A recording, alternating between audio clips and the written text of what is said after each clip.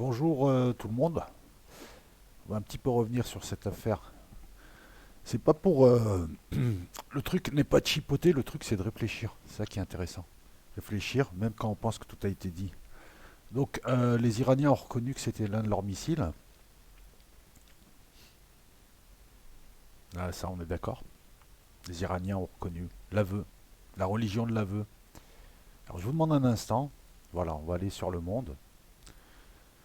L'avion aurait été touché par deux missiles. Ok. Donc il n'y a pas de problème. Il y a des missiles qui sont partis près d'une base militaire, dans l'axe de l'aéroport. 176 morts.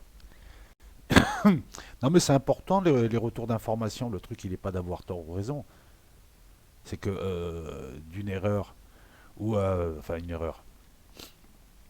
La version de départ elle tient toujours pas la route. Hein. Mais on peut tirer de nouvelles informations pour affiner l'analyse. Qu'est-ce qui s'est passé? Qu'est-ce qui s'est passé? Alors attends, je suis juste en train de te chercher l'article. Voilà. Challenge, hein, donc voilà, ça a pignon sur rue. Et c'est confirmé aussi par les Américains, je vais te le montrer. Donc le Thor M1, ce missile russe qui aurait détruit le Boeing 737 ukrainien. Donc c'est un système de défense antiaérienne de courte portée que tu mets sur des sites sensibles ou des sites stratégiques. Voilà. On nous l'avait annoncé, hein, le SA-15, hein, c'est la dénomination OTAN, Gauntlet. Ah, donc tu vois, challenge. Alors attends, on va essayer de trouver. Il me semble qu'il y avait un journal américain. Non, c'est pas celui-là. Là, tu as le Figaro. Non, non, mais c'est important d'avoir le missile avec précision. Voilà, parce que si c'est la, si c'est notre version, ça peut tout changer. Là, on est à challenge. Bref, on va aller voir un petit peu ce missile. Non, parce que au départ, on nous annonce un missile infrarouge. Alors, tu vas dire, ouais, mais ça chipote, mais c'est ce qu'on nous a dit, c'est ce que les experts nous ont dit.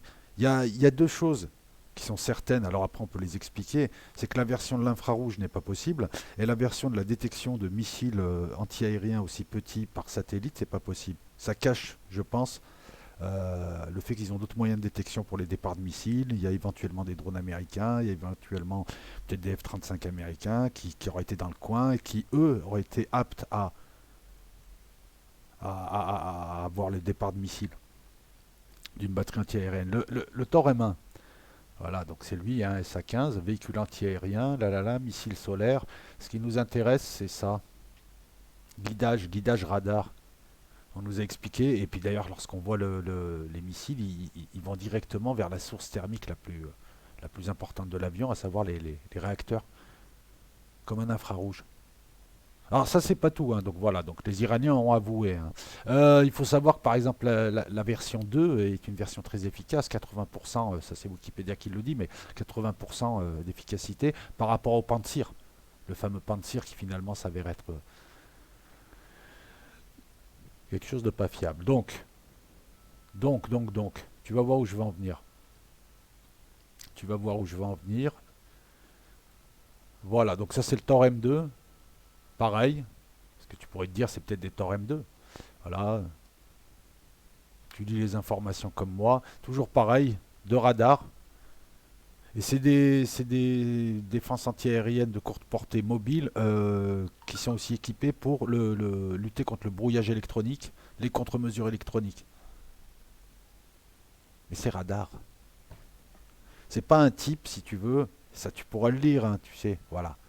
C'est des radars, c'est des logiciels d'acquisition, c'est des choses qui sont. Alors, le Tor M2 serait entièrement automatisé contrairement au Tor M1, sauf pour la décision de tir. C'est très simple. Comment ça marche? Tu as des radars qui localisent des cibles. Tu as ensuite une phase où, parmi toutes ces cibles, ça va être simple, hein, par exemple, le Tor M2, il peut te choper. Il a deux radars, c'est le système Scrum Alpha, deux radars, un radar de détection à antenne mobile qui est derrière et un radar PESA, hein, un radar passif, à l'avant, avec éventuellement un système électronique, électro-optique, lorsqu'on est dans un environnement électromagnétique intense, lorsqu'il y a du brouillage de l'adversaire. Voilà.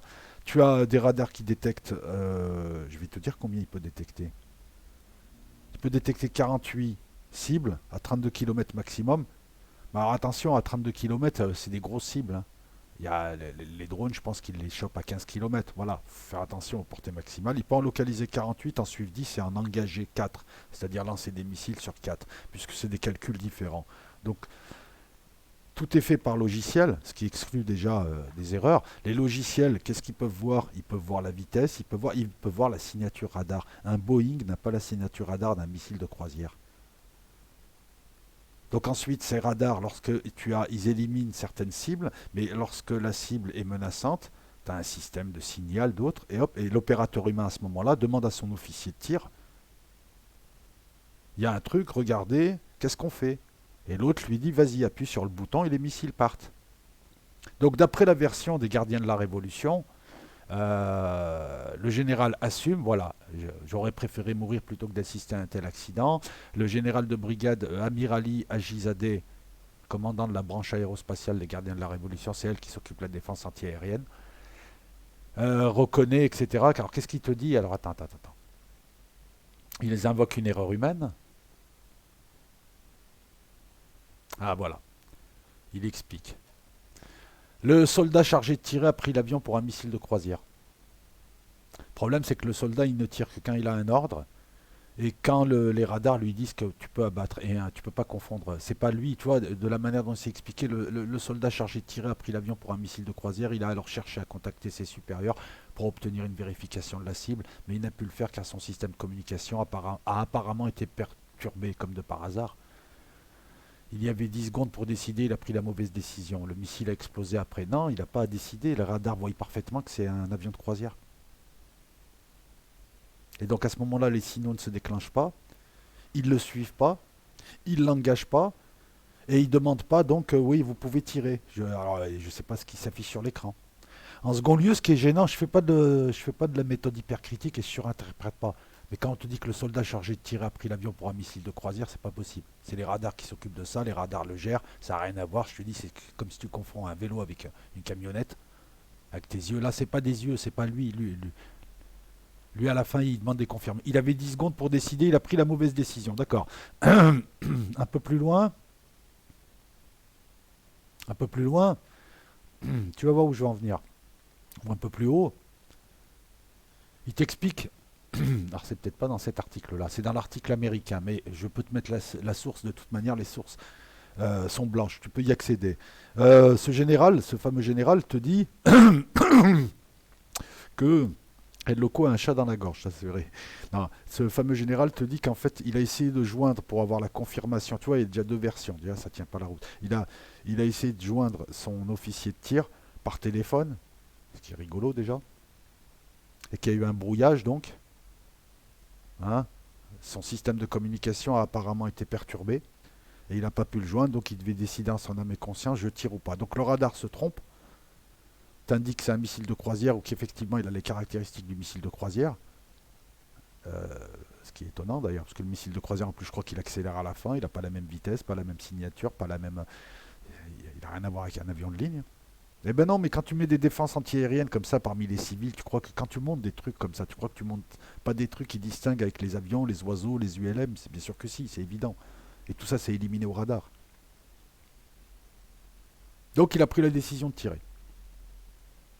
Deux missiles partent, ça c'est la procédure normale. Dans l'article, alors pas celui-là mais l'autre, il te dit que voilà, il était en communication téléphonique, qu'il y a eu un problème téléphonique. Non, ils communiquent pas par téléphone, par portable, ces gens-là. C'est par fibre optique et tu as des réseaux de communication. Tu as un officier de veille. Alors, il n'est pas forcément à côté du site, c'est un site mobile, mais voilà. Et tu communiques avec lui par un truc interne. Donc comment on peut brouiller un truc de l'armée? C'est filaire. C'est pas je prends mon portable et je suis hacké par un youtubeur. La version donnée par l'Iran, c'est une version bidon. Depuis le départ, il y a un truc qui ne va pas. Ce qui se passe, c'est que il y a plusieurs possibilités. Soit les Iraniens veulent cacher vraiment une incompétence totale, ce qui serait étonnant, euh, de leur système de défense antiaérien. Mais ça serait étonnant, parce qu'ils ont un bon système de défense antiaérien. Et puis là, c'est difficile. Là, l'erreur humaine, elle est difficile. Soit c'est une hypothèse qui est crédible. Ils ont été leurrés, leurs radars ont été leurrés. Leurrer comment? Mais ça s'est fait, hein, ça existe, hein. Il faut savoir que par exemple, je le disais l'autre fois, hein, je me répète, en 83, les Russes ont abattu un avion nord-coréen, non, un avion sud-coréen de ligne, parce que en Russie, parce qu'il dérivait des frontières, et très souvent ce genre d'avion sert à d'autres avions pour se cacher. Derrière la grosse signature radar, tu mets ta petite signature radar. Donc ça peut être aussi bien, ça c'est compliqué quand même, un avion de chasse caché derrière, dans le sillage radar de l'avion de ligne, ça peut être, ou ça peut être un leurre qui fait croire qu'il y a un avion de chasse qui est caché derrière un avion de ligne, qui fait croire qu'il y a un missile de croisière qui est juste derrière l'avion de ligne, ça leurre le radar engage ça comme un missile de croisière, il a éliminé le Boeing, le type s'affole, boum, ça part, et en fait ils ont été leurrés. La question, c'est technologiquement possible et c'est ce qui se fait. Donc après, ensuite, ils sont dans la merde. Pendant 2 jours, ils ne disent rien, mais ils sont obligés d'avouer. Mais ils ne peuvent pas dire qu'ils ont été leurrés par les Israéliens. Oui, oui, vous voyez où je veux en venir. Et à partir de là, révéler que leur système, en fait, voilà, que leurs adversaires peuvent feinter leur radar. Ça serait avouer une faiblesse. Et c'est ça la version. Moi, je pense qu'il est la plus crédible. C'est que les Iraniens, lorsqu'ils nous balancent des versions comme ça, qui sont bancales, qui tiennent pas la route, c'est pour masquer une insuffisance. Pour pas dire à l'autre, oui, ton coup là, il a réussi. Rappelez-vous que c'est un coup presque équivalent, hein, à celui de l'Ilyushin en Syrie, hein.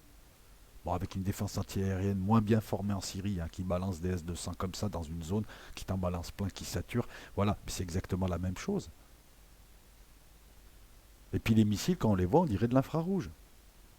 Donc est-ce que c'est véritablement des torts? Soit les Iraniens racontent des cracks, mais soit ils racontent des cracks pour cacher un joli coup technologique des Israéliens ils travaillent depuis des années sur ces systèmes, et à chaque fois ils trouvent des feintes. D'ailleurs, je vous pose une question, moi, les S-300 en Syrie, est-ce qu'ils fonctionnent? Pourquoi ils sont toujours éteints? Les Pantsir dont on ne parle pas ont été leurrés par des drones. D'ailleurs, ils les ont retirés de la base aérienne, les Russes. Là, est-ce que c'est un Tor M1? Est-ce que c'est un Tor M2? Parce qu'on a eu plusieurs sons de cloche. Quoi qu'il en soit, c'est un guidage radar. Et un guidage radar, voilà, si ça avait été de l'infrarouge, le problème, il aurait été réglé. Les missiles partent, et ensuite, ils chopent la source de chaleur la plus grosse. Donc, on te met un leur radar pour faire croire qu'il y a un truc à côté de l'avion, et en fait, le missile, il partira directement dans l'avion. Ça, c'est l'histoire de l'Ilyushin avec les S-200 Divina syriens. Il y a des chasseurs israéliens. L'Ilyushin est en train de passer. Les chasseurs israéliens se font tirer dessus par les missiles. Et puis, bon, par d'habiles manœuvres, ils arrivent à casser le fil, on va le dire comme ça. Et les missiles, hop, d'un coup, ils bloquent sur la plus grosse source de chaleur. Mais là, c'est des guidages radar. Et le Tor M1 et le Tor M2 déjà. Donc, est-ce que c'est bien ça? Mais en tout cas, moi, je pense qu'il y a quelque chose. Il y a une anguille sous roche dans cette affaire. Ça ne tient pas la route. Ça ne tient pas la route. Auparavant, dans un communiqué, les forces armées avaient expliqué succinctement que l'appareil avait été pris pour une cible hostile et qu'il volait à proximité d'un site sensible des gardiens de la Révolution. Il volait sur un couloir aérien. Et depuis le début de la journée, tu en as eu plein, je pense, des avions qui ont emprunté ce couloir aérien. C'est un couloir aérien de l'aéroport de Téhéran. Et il y a un site sensible à côté qui protège cet aéroport. Mais ce site-là, pourquoi est-ce qu'à ce moment-là, il n'y a pas eu d'autres soucis avec d'autres avions? Que ce soit ce jour-là, les jours d'avant. Pourquoi d'un coup, hop, d'un coup, il se met à déconner ce site de protection? C'est un site de défense antiaérienne, pas loin de l'aéroport Téhéran. Et pourquoi là, d'un coup, boum? Parce que ça faisait quelques heures que l'attaque iranienne, le lancer de missiles iranien sur les bases américaines avait été fait. D'un coup, là, il y a un accident. C'est paradoxal. Voilà, la batterie antiaérienne qui a abattu l'avion ukrainien est un système Tor M1 que les Iraniens ont acheté à Moscou en 2005 pour environ 700 milliards de dollars. Je ne vois pas trop l'intérêt de cette info. Système court portée, 12 km, mis en service en 86, spécialisé dans l'interception de missiles de croisière et de drones. C'est pas vrai. Tu vois, ça c'est un truc que met le Figaro, c'est pas vrai. Le Tor M1, il est spécialisé dans les avions à basse altitude, qui volent aussi pas super rapidement, les drones, les hélicoptères et éventuellement certains missiles de croisière. Voilà. Ça, écoute, c'est très simple. Tu as des sites pour ça. Voilà. Ça, c'est un site militaire, site russe, militaire, hein, qui traite que de ça. Donc je pense que les gens connaissent un peu mieux.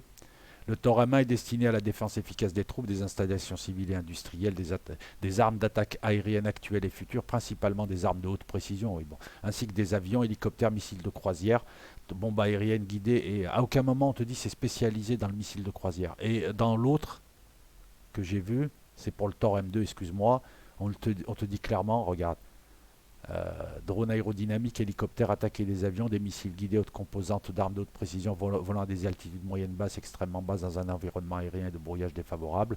Euh, mais à aucun moment on dit il est spécialisé pour les missiles de croisière parce qu'il y a autre chose pour les missiles de croisière. Ça c'est en fait c'est pas son truc, c'est éviter que le site soit attaqué par des missiles air-sol, et les missiles de croisière il y a autre chose pour ça. Voilà, le lanceur, etc. Regarde, voilà. Tu lis comme moi.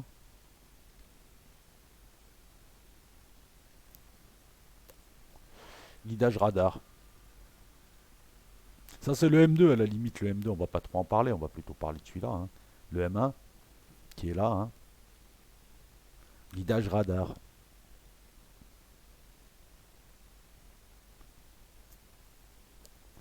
Voilà, on décortique parce que c'est important.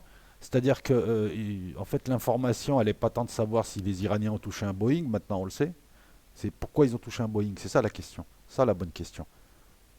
On fait de l'analyse en permanence, en corrigeant le tir un petit peu à droite, un petit peu à gauche. Beaucoup de gens pensaient que les Iraniens n'avaient pas pu faire cette erreur et ils ont raison de le penser parce que l'erreur a du mal à être expliquée. Et la procédure indiquée par le général de brigade ne tient pas la route et ce qui a été avancé par les médias grand public occidentaux ne tient pas la route. Et je pense que les services de renseignement israéliens et américains, eux par contre, ont leurs informations. C'est-à-dire qu'ils ont une nouvelle feinte pour feinter des radars comme ça, comme celui-là. Je vous rappelle que ce n'est pas non plus des batteries de Antey, c'est-à-dire des S300+, c'est des systèmes à court portée, c'est la dernière couche de protection d'un site. Ce genre d'équipement, les Pantsir, les Thor, tu les mets pour mailler les trous, parce qu'il y a la rotondité de la Terre qui fait que même si tu mets des S300, ils ne peuvent pas couvrir toute la... Enfin, ils couvrent une zone bien précise, mais il y a des trous radars. Puisque si tu fais du bombardement à basse pénétration, enfin si tu fais de la pénétration à basse altitude, eh ben, il y a des trous radars. Et ce genre d'équipement est là pour mailler. Mais c'est vraiment l'ultima ratio, c'est le dernier recours. Et ça, c'est pas un type qui peut se planter, ça marche pas comme ça. C'est des procédures très très, même en Iran, et ils ont, c'est leur corps d'élite. C'est pas un type de l'armée de terre qui est là aussi. Ce sont des gens qui sont formés. Ce genre d'équipement-là, ça met des années. Donc, c'est pas possible de dire le gars avait 10 secondes pour décider s'il fallait tirer ou pas. Alors, c'est vrai que c'est lui qui décide de tirer. C'est lui qui appuie sur le bouton. C'est entièrement automatisé pour tout le reste. Voilà, lui décide. L'ordinateur de bord lui propose et lui il décide. Je voulais aussi vous dire une chose, c'est que ils n'ont pas besoin d'officiers de tir avec deux camions. Ils peuvent se coordonner. Deux camions à radar, ils peuvent se coordonner pour tirer. Mais bref, là, il est hors de question de dire ah j'ai pas pu avoir l'officier de tir alors j'ai tiré parce que j'ai cru que c'était un missile de croisière. J'ai glissé, chef. Bah ouais, c'est ça, j'ai glissé, chef. Alors ils arrêtent des gens, déjà, est-ce qu'ils arrêtent réellement des gens? Est-ce qu'on ne nous balance pas une version en couvrant tout ça, etc. Oui, c'est pareil, ils peuvent arrêter des gens et leur dire ouais, jouez le jeu. Mais là, il ne s'agit pas d'un type de l'armée de terre, de la piétaille qu'on est allé chercher dans son village qui fait son service. Ce sont des gens formés. C'est la force aérospatiale des gardiens de la Révolution. Et à ces postes-là, on te met des types formés, qui sont formés ou en Russie, en tout cas, qui sont formés par les Russes sur ce matériel-là. Si on ajoute à cet élément que la défense antiaérienne iranienne a toujours posé problème aux Israéliens, aux Américains qui l'observent depuis des décennies et qui ont du mal encore à comprendre comment elle fonctionne, si je te rajoute d'autres informations qui te disent que la plupart de leurs centres de commandement et de défense antiaérien sont liés entre eux par de la fibre optique, tu comprends un petit peu mieux pourquoi je suis interloqué, pourquoi je me pose des questions, pourquoi je me dis attends, il y a quelque chose. C'est des gens voilà, qui t'ont mis la fibre optique là où les autres... Voilà, tu vois, par exemple, les centres de commandement iraniens, entre eux, tu as un avion, il passe dans telle région, et puis il passe dans telle région, et puis tu as des radars qui l'observent discrètement. Et ils se passent l'information pour continuer le suivi. Voilà. Et bien ils sont connectés avec la fibre optique pour ne pas être brouillés.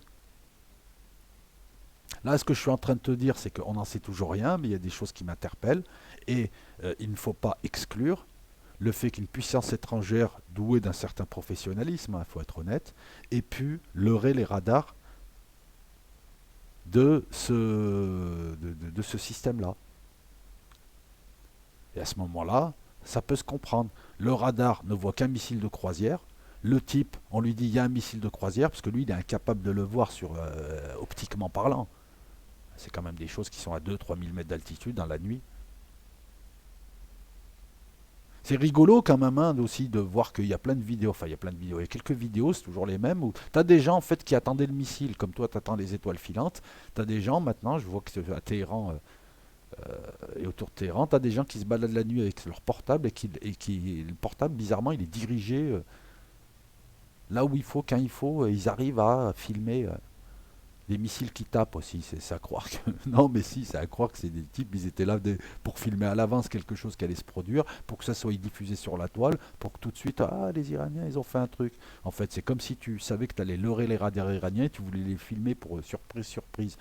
Voilà, moi j'exclus aucune hypothèse, hein, et autant la vérité c'est que bah, c'est celle qui nous est donnée. Mais je me pose des questions parce que quand je vois les explications, ça tient pas la route. Et si je devais donner une version, moi, qui me paraît à l'heure d'aujourd'hui la plus plausible, c'est que les Iraniens se sont fait blouser par les Israéliens qui ont leurré leur radar, ça a déclenché les missiles, et au final, il y a eu une riposte américano-israélienne, mais plus subtile qu'on ne le pensait. Voilà. Pour ce qui est des missiles iraniens, là, on a du mal à savoir s'il y a des morts, beaucoup de morts, pas de morts, mais d'après ce qui se dit, hein, parce qu'il y a quand même des choses qui ont été vues par les gens, notamment des hélicoptères qui sont partis de je ne sais où, mais enfin, il y a eu une médicalisation. Apparemment, il y a eu quand même quelque chose. Il y a eu des morts et des blessés. Pas 80, hein, pas 80 morts et blessés. Non, parce que je pense que la riposte iranienne a été plus ou moins convenue avec les Américains.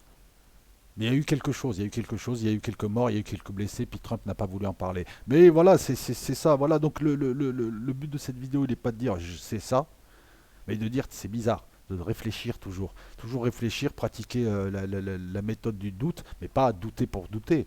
Douter parce que quand on te dit, voilà, au départ on te dit c'est un infrarouge, ça n'en est pas un, on a détecté les missiles, ça tenait pas la route parce qu'il n'y a pas l'appareillage pour ça, et puis on commence à te dire ça, bon tu te dis, attends, surtout quand tu as eu la fiole de Colin Powell en 2003, quand tu as, voilà, tu connais, quand tu as l'histoire des couveuses des bébés irakiens, koweïtiens en 91, tu te dis, ils sont encore en train de nous embrigader vers un gros mensonge. Et puis tu vois les Iraniens te dire, attends, non, si, c'est nous. Ah, là, tu te dis, merde alors, je pensais pas. Ça veut dire que de temps en temps, ils mentent pas de l'autre côté. Et ça veut dire que les deux, trois imprécisions étaient juste là pour masquer leur mode opératoire, mais qu'ils nous ont dit la vérité. T'es déconcerté. Et puis tu écoutes la version, et puis il y a un truc qui te gêne encore. Tu dis, mais comment? Attends, les systèmes radar, excuse-moi, voilà. Il suffit de s'intéresser un peu à la chose, tu vas vite voir comment ça marche, comment. Voilà, tu travailles un peu le sujet, tu dis, il y a un truc qui va pas. Et quand tu vois ce général de brigade qui te sort une version qui tient pas la route, à la surprise, surprise aussi, hein, là tu te dis non. Et ensuite tu te dis, bah, et pourquoi est-ce que les Iraniens avouent alors que tu as l'impression que c'est même pas eux? Et en fait, ils se sont fait blouser. Et ils ont honte de le dire, parce que s'ils le disent, finalement, ils déclarent avoir une faille quant à leur couverture radar sur l'Iran. Et sachant ce qui se passe en ce moment en Iran, alors sur Patreon, j'ai mis une vidéo où j'en parle un petit peu. J'ai eu la chance, par le biais d'un abonné que je remercie, je vais taire son nom, j'ai eu la chance d'avoir des informations sur ce qui se passait en Iran, parce que lui connaît, il a un ami iranien qui sait ce qui se passe en Iran et qui est assez bien implanté pour. Et il y a des choses qu'on ne sait pas.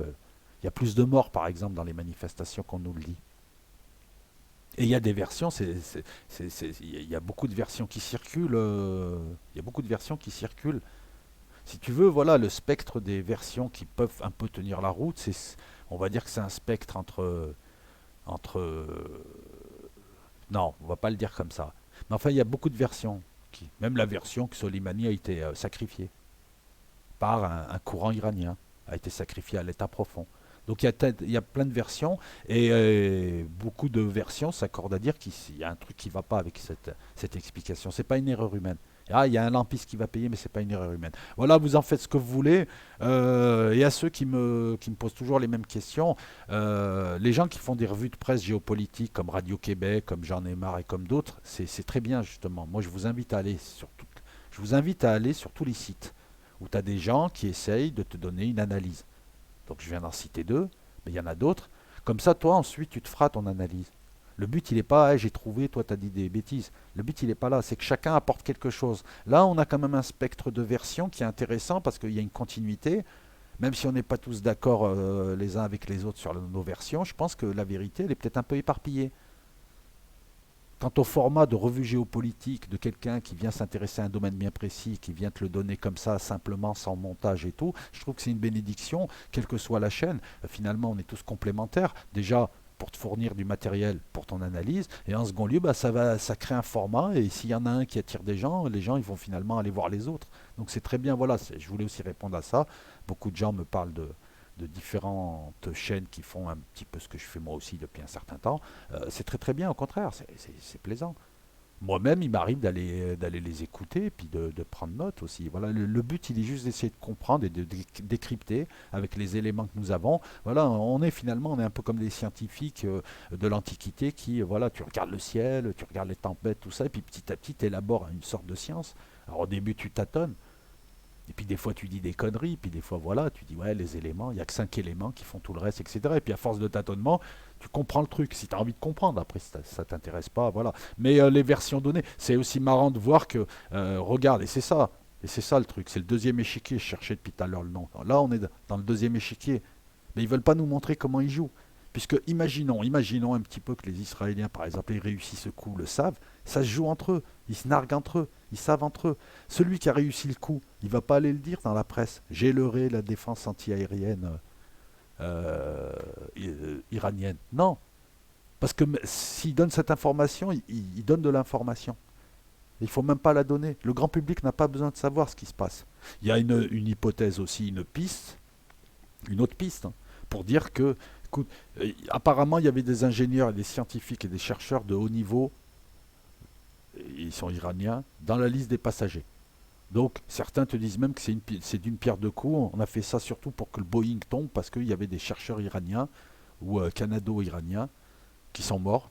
Et ça serait toujours pareil, un coup du même service. Donc vous voyez, il y a une multitude d'hypothèses et une multitude de pistes de recherche. Alors moi, la liste, je ne l'ai pas, mais je crois que un des abonnés sur l'une des précédentes vidéos a mis la liste des Iraniens qui étaient dans l'avion.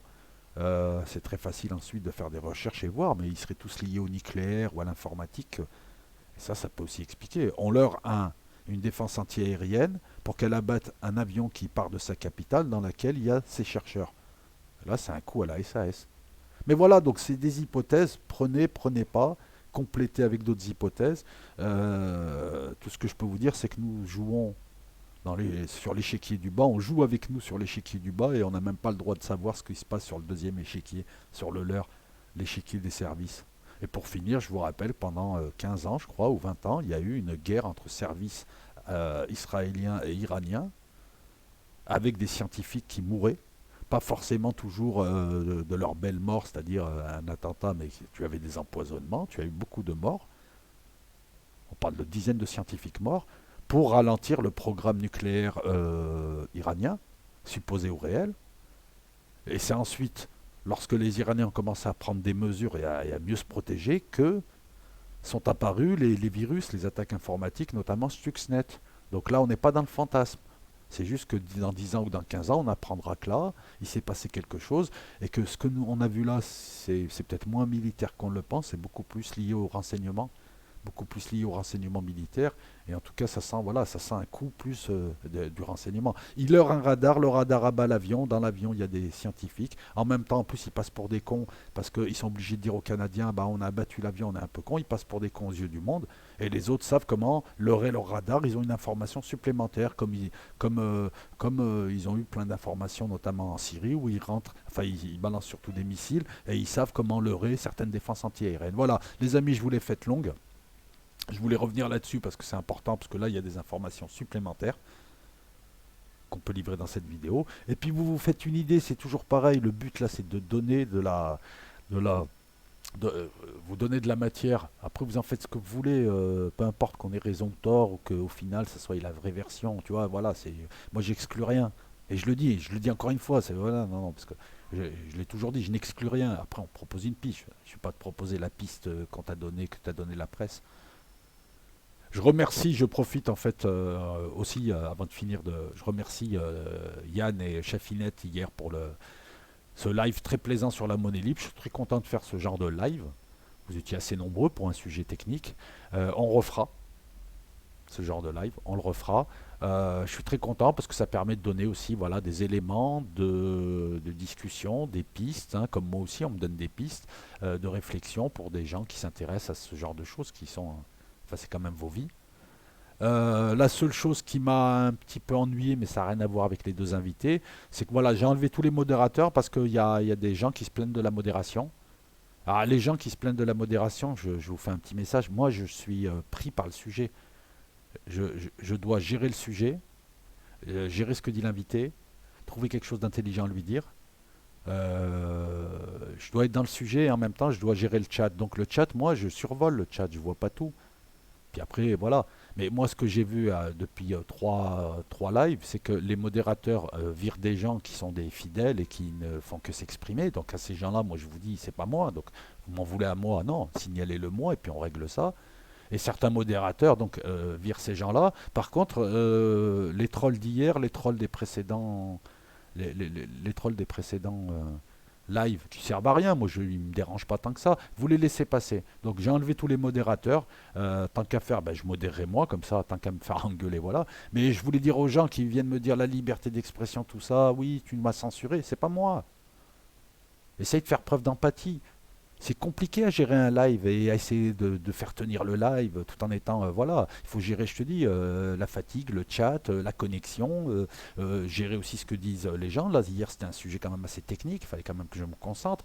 C'est un sujet à travailler, c'est pas voilà, on parle de la monnaie. Donc si tu as été zappé, tu me le dis, mais il m'en veut pas à moi. Voilà, c'est ça, c'est fou de devoir rappeler ça aussi.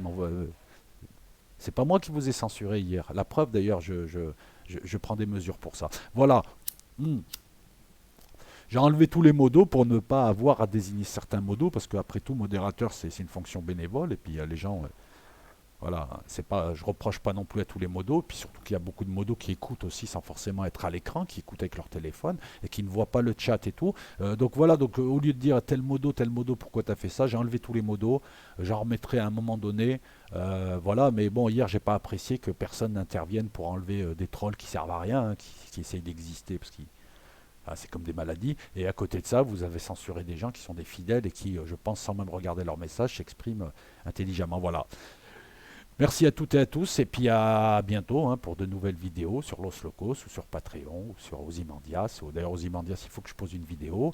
Sur Patreon, merci. On est toujours de plus en plus nombreux. C'est excellent. Prochaine vidéo, là, je peux vous l'annoncer ici. C'est je vais faire donc, je vous avais expliqué que j'allais un petit peu étudier certaines armées. Pour ce qui est de la France, je vais surtout parler des unités d'élite de l'armée française, hein, c'est-à-dire les forces spéciales, et puis éventuellement peut-être le service action de la DGSE. Donc essayer un petit peu de, et ça je le ferai sur Patreon plutôt. Et je parlerai ensuite de l'armée algérienne, l'armée turque et puis bah, dites-moi un petit peu si vous voulez que je parle de forces spéciales ou d'armée, parce que il y a des armées, j'ai pas envie d'évoquer l'armée dans sa globalité, c'est pas intéressant, c'est de la redite, il y a Wikipédia pour ça, je préfère parler plutôt des forces spéciales, par exemple pour la France, c'est ça qui est intéressant. Voilà, merci à toutes et à tous, n'hésitez pas à pousser les vidéos si vous avez envie, si ça vous plaît, n'hésitez pas à suggérer. Je rappelle que les commentaires sont préapprouvés, justement pour limiter les trolls, et parce que ces vidéos sont amenées à rester pour avoir des pages plus ou moins propres. Donc préapprouvé, ça veut dire que si ton message n'apparaît pas, je ne t'ai pas censuré, c'est que je ne l'ai pas lu. Après, tu remarqueras que ton message, il passe à chaque fois qu'il est poli, il passe. Je fais passer tous les messages maintenant. Les messages critiques, les messages... Voilà, tant que c'est poli. Je me répète à chaque fois aussi parce que il y a des gens qui arrivent tous les jours. Donc je suis obligé de répéter. Donc c'est vrai que si tu es là depuis 3 ans, tu vas dire ouais, mais tu dis toujours ça en fin de vidéo, tu dis toujours ça. Ouais, je suis obligé, il y a des nouvelles personnes qui arrivent. Encore une fois, quand tu te mets en situation, tu comprends mieux le truc. Allez, j'arrête de radoter. Ciao tout le monde.